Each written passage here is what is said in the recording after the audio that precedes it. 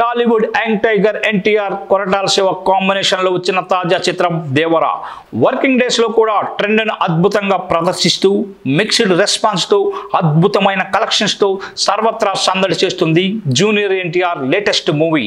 working days లో కూడా excellent trend ని చూపెడుతూ మంచి హోల్డ్ తో బ్రేక్ ఈవెన్ మార్క్ వైపు పరుగులు పెడుతోంది నేడు అక్టోబర్ 2 గాంధీ జయంతి హాలిడే కావడంతో సినిమాకి అడ్వాంటేజ్ అయింది విడుదలైన అన్ని చోట్ల తన జోరు చూపిస్తూ కలెక్షన్ల బీభత్సం సృష్టించడానికి సిద్ధమవుతున్నాడు జూనియర్ ఎన్టీఆర్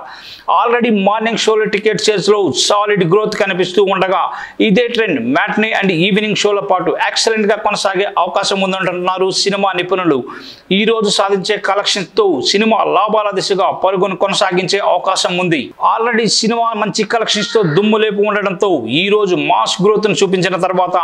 వీకెండ్ లో రన్ సొంతం చేసుకునే అవకాశం పుష్కలంగా ఉంది ఇక ఈ రోజు సినిమా ఎలాంటి కలెక్షన్స్ అందుకుంటుందో చూడాలి ఇక దేవరా చిత్రం ఓవర్సీస్ లో భారీ వసూళ్లు రాబడుతుంది ముఖ్యంగా ఈ సినిమా 4 రోజుల్లో యుఎస్ మార్కెట్ లో $5.5 మిలియన్